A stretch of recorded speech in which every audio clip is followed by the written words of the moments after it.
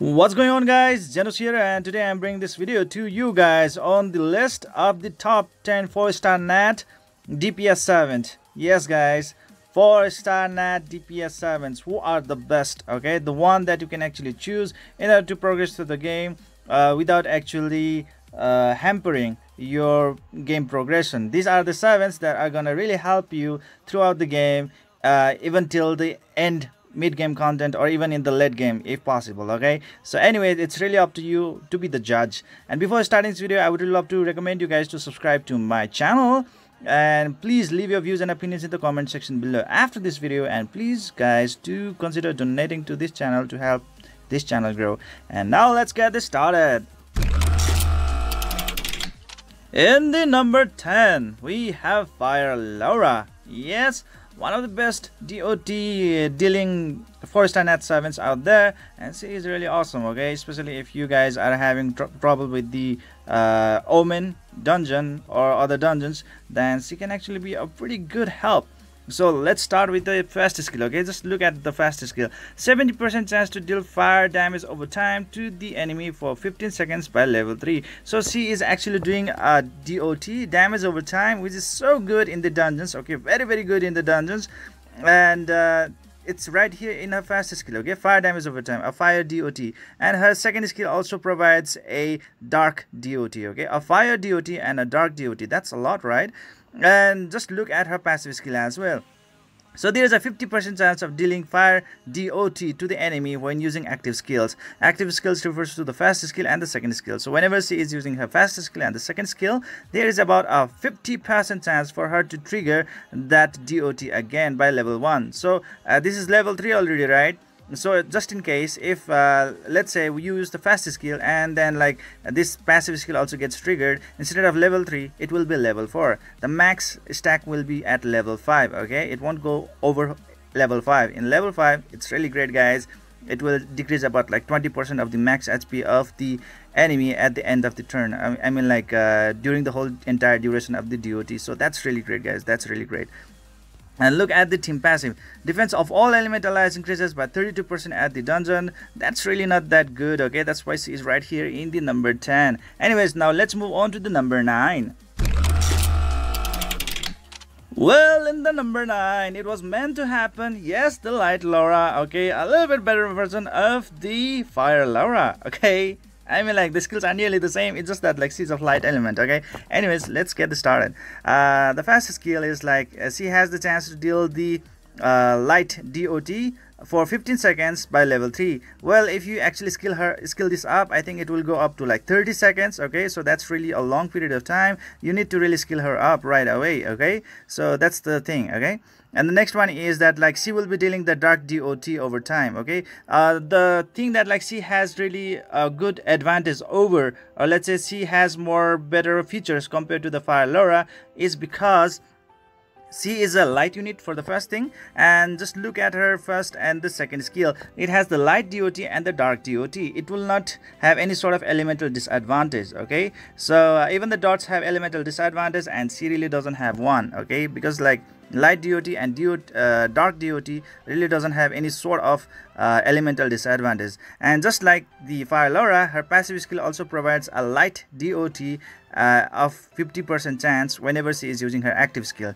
Active skills refers to the fast skill and the second skill. Okay, and team passive, again it's the HP boost, and then like the combo skill increases strength based on the caster's max HP. Nothing special about it. So pretty much Light Laura and the Fire Laura are really here due to their DOT skills. Okay, so for the first thing, when you are trying to focus on the Omen dungeon and trying to farm out for the premium type of gears, then these servants can actually help you gain them. Okay, so that's how good they are.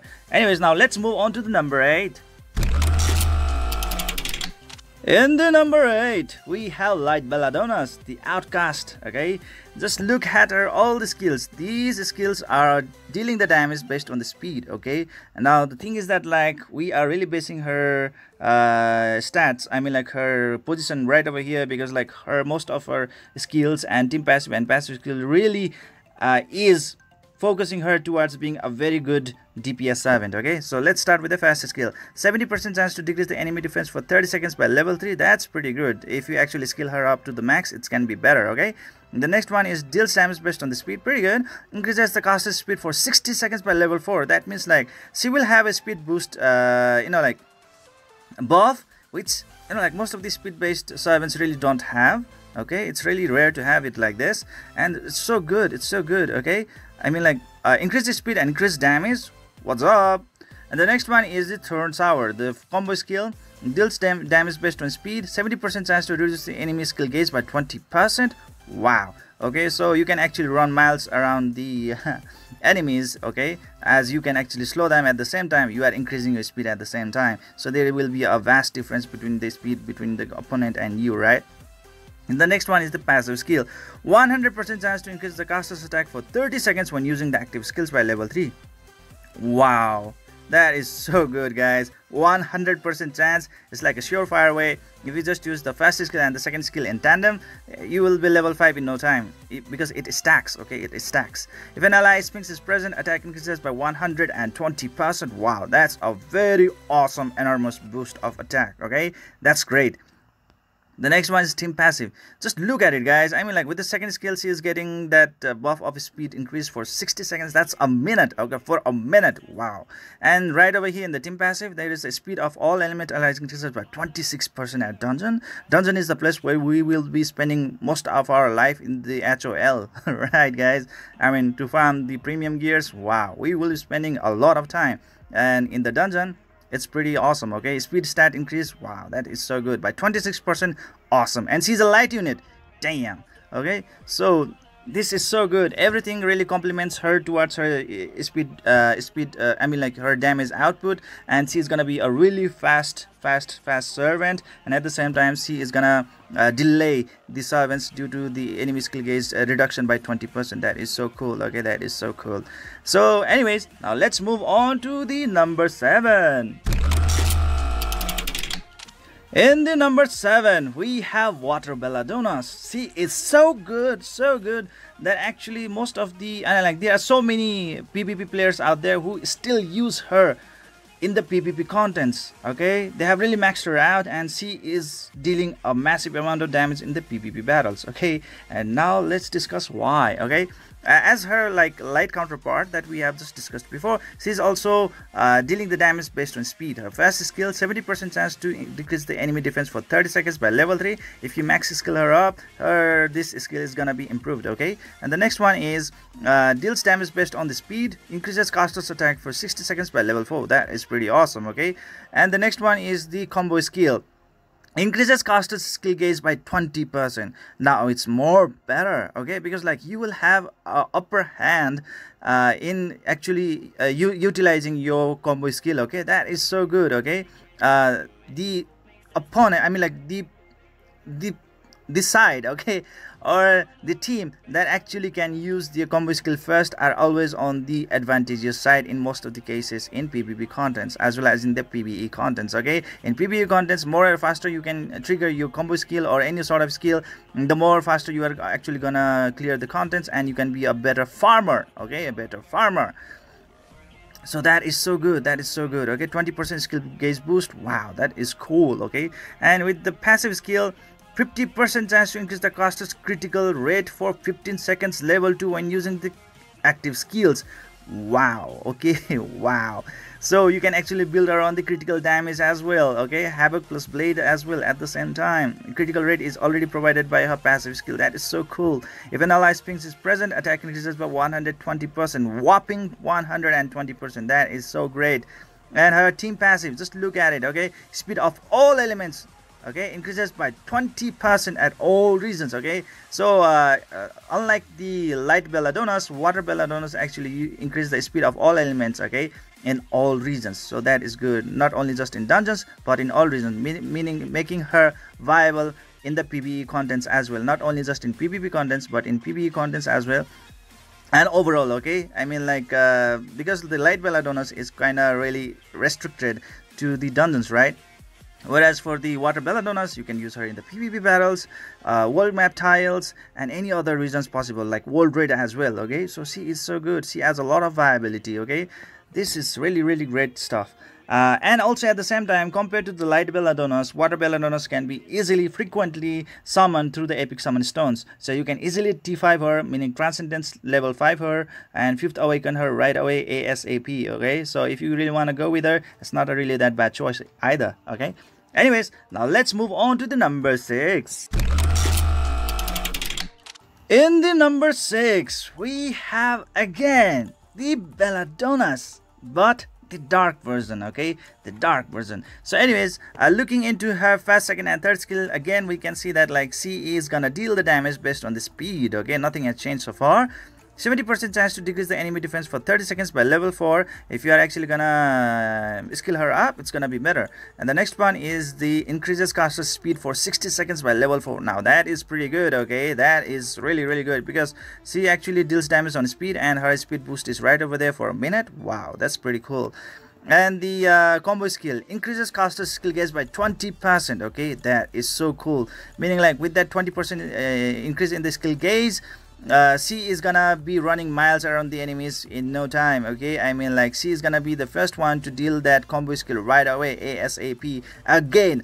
Okay, next one is the passive skill. 100% chance to increase the caster stack for 30 seconds while using the active skills by level 3. So just look at it, guys. I mean like first skill decreases the defense of the enemy, right? Next skill, she is gonna improve her speed stats. Okay, ultimately increasing her damage output. And right over here, the passive skill, she is actually increasing her attack.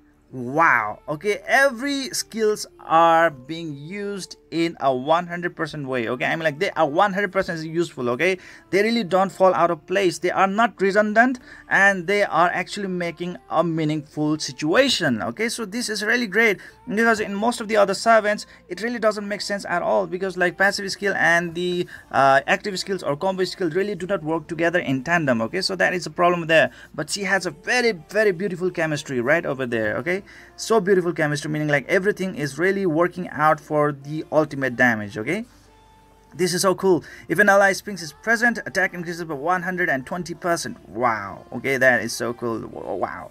And the next one is the team passive. Just look at that. Speed of all elemental allies increases by 26% at dungeon. Okay, it's really limited to the dungeon, but looking at all the stats, she is gonna be a mayhem in the dungeons, guys. Mayhem in the dungeon.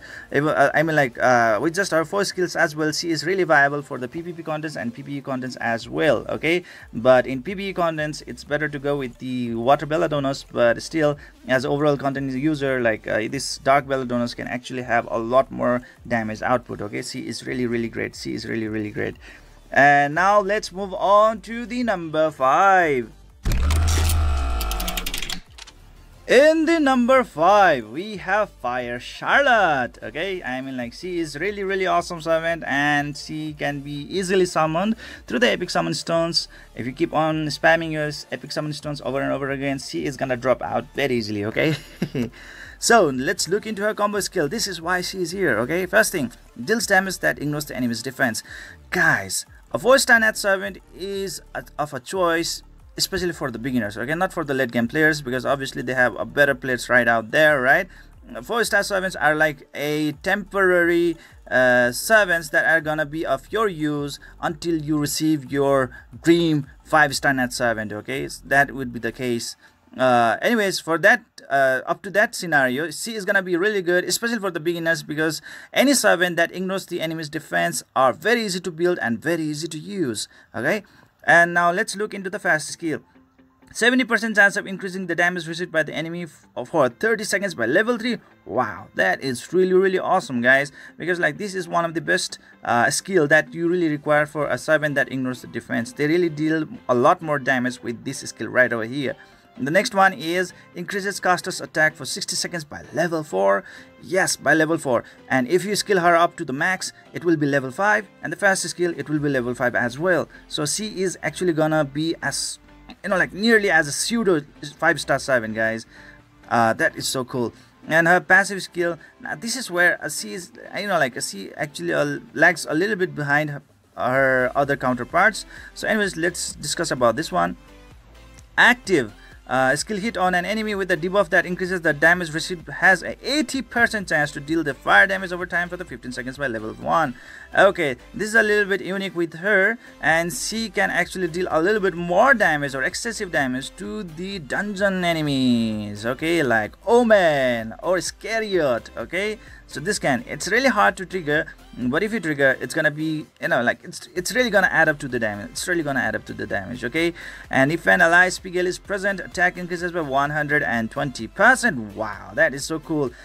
Fire Spiegel, hands down, one of the best support in this game. I mean, like the best support in this game. And if you have him, your Charlotte is gonna run wild. Okay, she's gonna be wild. Ugh. And the next one is the team passive. Just look at that. Attack of the fire allies increases by 37% at all regions. Wow, that is so cool. You might ask that, like, oh, it's not for the all elements. Like, why do you even need for the all elements? Because like in a team, you just need one DPS servant. Okay, an ideal team consists of like one DPS servant, one support, one healer, and one tank. For me, an ideal team actually consists of like one DPS servant, one support, another support, and finally a DPS. I mean like a tank. Okay, two support, one tank, and one DPS. Because like for me, healers are a little bit outdated. Okay, I mean like, like you can really clear so many contents in the game even without healers. Okay, even without healers. So that's how it is. So attack of fire allies increases by 37% at all regions. That is pretty cool. You just need to give herself the attack boost, and 37% is a very mouth-watering stat. Okay, and now let's move on to the number 4. In the number 4, we have Dark Enoch from the depths. Okay, he is so good. Well, just looking at his combo skill, you will know why. Okay, it deals damage that ignores the enemy's defense. Yes, he deals that one. Now, what's so special about him? Okay, just look at his first skill. 70% chance of increasing the damage received by the enemy for 30 seconds by level 4. That is pretty good. Okay, and the first thing that you really need to keep in mind is that like he is a dark unit. Okay, so he's gonna have more bonus when he's awakened or transcended. Okay, next one is like this damage based on the enemy's max HP. Wow, increases caster's attack for 60 seconds by level 4. If you max his skill up, it's gonna be a better skill. Okay, and the next one, his passive skill, 50% chance to reduce the enemy's skill gauge by 25% when using the active skills. Okay, so that is so cool. 25% reduction in skill gauge. You are actually gonna make the enemy really stumble. Okay. Oh, that is so good. If an ally ram is present, attack increases by 120%. Yes, you can use the fire ram or the forest ram as the tank for this servant, and he is gonna be receiving that 120% of attack boost. Wow, that is so cool. That is so cool. Okay, really a huge damage output possible. Okay, possibility of very large damage to be outputted. Anyways, looking into the team passive, just look at that. One of the best stat in this game, speed for all element allies in all regions. Wow, by 20%. Damn. Okay, so that is so cool. That is so cool. Okay, still a little bit of controversy, but still I believe that he deserves this place. But if you guys really don't think that he deserves this place, then let me know in the comment section below. Anyways, now let's move on to the number 3. In the number 3, we have Fire Enoch. Okay, Fire Enoch from the depths, and guys, he is an anomaly. Okay, he is an anomaly. He's just like, I don't know what gamers, developers were thinking about him, but he's too good. He is too good. Alright, depending upon the situation, he can actually be the number 1. Okay, it just hurts me. Okay, okay, just look at his combo skill. Okay, just look at his combo skill. Slashes at the enemy with a crystal sword first with the News Blood, damaging all enemies nearby with an AoE attack. Wow, AoE attack, and just look at the damage. Deals 7,225% damage. Wow, that is a sort of damage what a 5-star net servant would deal. Okay, 7,000+% damage boost. Damn, that's a lot. And as an AoE attack, whoa, that's a lot. That's a lot, bro. That's a lot. And damage is based on attack. Woo, that is so cool. That is so cool. because like just look at, you know, like most of the like normal servants right out there, like let's say Father Hopkins, just look at it. It's just only 2890% damage upon a skill used. Damage is based on attack, and it's not even an AoE skill. It's how pathetic it is for the 4-star servants, okay? 4-star net servants, the damage output of the combo skill. And just look at the, you know, the attack, you know, like multiplier right over there. The attack modifier, 7225% damage. Damn, that's a lot. And AoE attack, wow. Depending upon the situation, I mean like depending upon the condition, he surely is the #1, okay? But anyways, I have my own personal biasness, but you guys be the judge, okay? With that AoE skill, he is really gonna shine in the PvP battles, okay? In the PvP battles especially, he's really gonna shine. You want a PvP unit with the 4-star net servant? This is the guy. And the first skill, okay, damaging up to 3 enemies with an AoE attack. Wow, the first skill is an AoE attack as well. 70% chance of decreasing defense for the 30 seconds by level 4. Damn. And the second skill, it's also an AoE attack. Increases the caster's attack for 60 seconds by level 4. Wow. Wow. Just wow.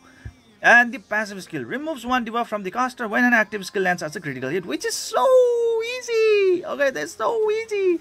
You know, like just build him up on the critical damage and critical rate, meaning like Havoc and Blade, okay? And he's gonna be making sure that the passive skill is gonna make a lot of difference. If an ally ram is present, attack increases by 120%. Wow. I mean like, oh my. Okay, that is great. I mean, just use the fire ram and the forest ram. He is gonna be making a menace. And damn guys, I've been doing so many epic summon stones summonings, and this guy drops like rain, okay? This guy drops so frequently. You can actually make sure that he is T5 right away, okay? And compared to the 5-star net servants, he's gonna actually require less awakening materials, 50% actually, okay? So that is so good. You wanna go and build one of the best DPS servant out there with a 4-star net servant, this is the guy. This is the guy. And just look at his team passive. It's all adds up to his final attack, and I mean like final damage so nicely. Attack, okay? Attack of all element allies increases by 25% at all regions. Wow. I mean like with all means and all rights, yes, he has the right and he deserves to be at the #1 position. But anyways, with my personal biasness a little bit, okay, I am just placing him right over here. I'm gonna discuss on why, okay? But anyways, this guy is superb, okay? This guy is superb. Anyways, now let's move on to the #2. In the #2, we have Water Charlotte, Red Huntress. And yes, lately in my guides and my videos, I am actually really recommending new players, beginners, and so many players out there. We are stuck in the mid-game content to build the Water Charlotte. See, it's so good, okay? Why is she good? She good? I mean like, just look at her combo skill right away. First thing, deals damage that ignores the enemy's defense. Pretty cool, right? I mean like, she's gonna be really good for the beginners and starters, and she's really easy to build as well. And the fast skill, 70% chance of increasing the damage received by the enemy for 30 seconds by level 3. When you max it out, it will be level 5. So that is so cool, okay? Second skill, increases caster's attack for 60 seconds by level 4. It will be level 5 when you skill it up at max, okay? And finally, the passive skill, okay? 50% chance of increasing the caster's attack for 15 seconds when using the active skills for level 2. So yes, his second skill is gonna be giving her a level 5 attack boost at the final skill up, but till that time passive skill is actually gonna make sure that it will stick to level 5, okay? So that is cool, okay? It's a little bit redundant, but still it's usable for the meanwhile. If an ally Spiegel is present, attack increases by 120%. Yes, Fire Spiegel being one of the best support, I mean the best support in this game, and with him around you will deal 120% more damage. Wow, that is so cool. And the team passive, attack of the water allies increases by 37% at all regions. Yes, you will be only needing 1 DPS servant in a team, and she really fits it, you know, like she really fits perfectly in it, because it's only the DPS servant that really needs the attack boost, and that 37% of attack boost is no joke, okay? It's really good. It's really good. And now listen to my explanation, okay? Why is she so good? Just look into the Omen Void and the Hits Void, okay? This right over here. The 10th floor is a fire element. Okay, right over there, it's a fire element. So obviously a water element DPS 7 is gonna have an easier time defeating this twat. Okay, and the next one right over here is a water element right away. Okay, yes, she's gonna have a elemental clash right over there, you know, like it's normal. Okay, at least for the meanwhile she's not gonna have any sort of elemental disadvantage. Okay, so she is actually compatible for doing the 10F and the 11F. Okay, so what more do you need when you have a DPS servant that without any hesitation you can go into the future and start to farm in the Omen's Void 10F or the 11F without any hesitation. And yes guys, if you properly build her up T5 A5, meaning like Transcendence level 5 and Awakening stage 5, she can easily deal more than 2 million damage without a problem. Without a problem guys, she is gonna deal that 2 million damage with the Fire Spiegel on her side. And now just look into the Hate's Void as well. Okay, just look at it.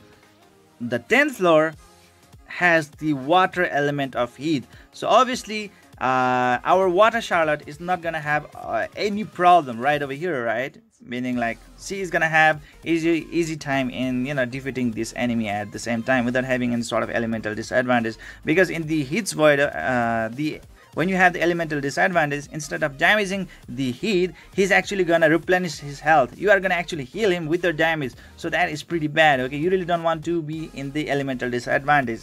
Right over here in the Omen 10F, you are gonna have the elemental clash. Okay, I mean the equality or the same element. But in the Omens, I mean like Heat's Void 11th floor, there is a fire element. You are actually gonna deal massive amount of damage to this guy. Okay, so just looking into the Omen's Void and the Heat's Void, Water Charlotte is actually so compatible. Okay, meaning like she is gonna be worth it for all the sort of resources that you are actually gonna spend on her. Okay, she is gonna make it worth it. I mean like you really don't have to go back, because for me I actually built my Forest Charlotte, okay, which was a big, you know, like it was a big problem, because like I cannot take my Forest Charlotte in the Omen 10F, which is the fire element Omen. Okay, and it's out of question to take my Forest Charlotte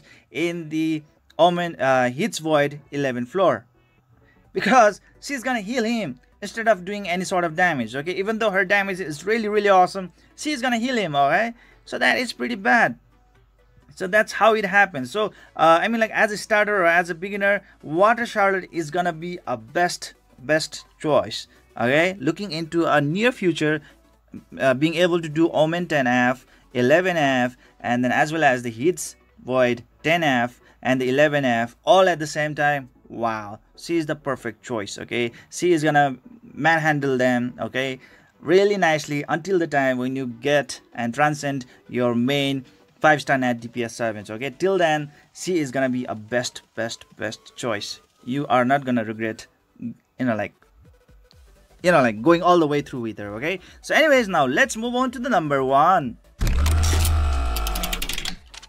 In the number 1 we have Dark Charlotte. Yes, a little bit of biasness, right? I mean like she's better than the Water Charlotte, and yes, she could be easily replaced by the Fire Enoch, depending upon you guys. Okay, this is a little bit of like biasness right over here, I do admit it. Okay, anyways, now let's move into our skills. Okay, I mean like she does not belong to the number 1 position by a huge margin. Okay, just a slight margin, not by a huge margin. Okay, because in most of my top 10 list, the number 1 position is always been deserved by a servant who has actually a lot more viable features than compared to any other servants out there. But in this case, she is here by a very slight margin, by a very slight margin. Okay, just looking into a team passive, attack of all dark allies increases by 37% at all regions, just like the normal, Charlotte family, right?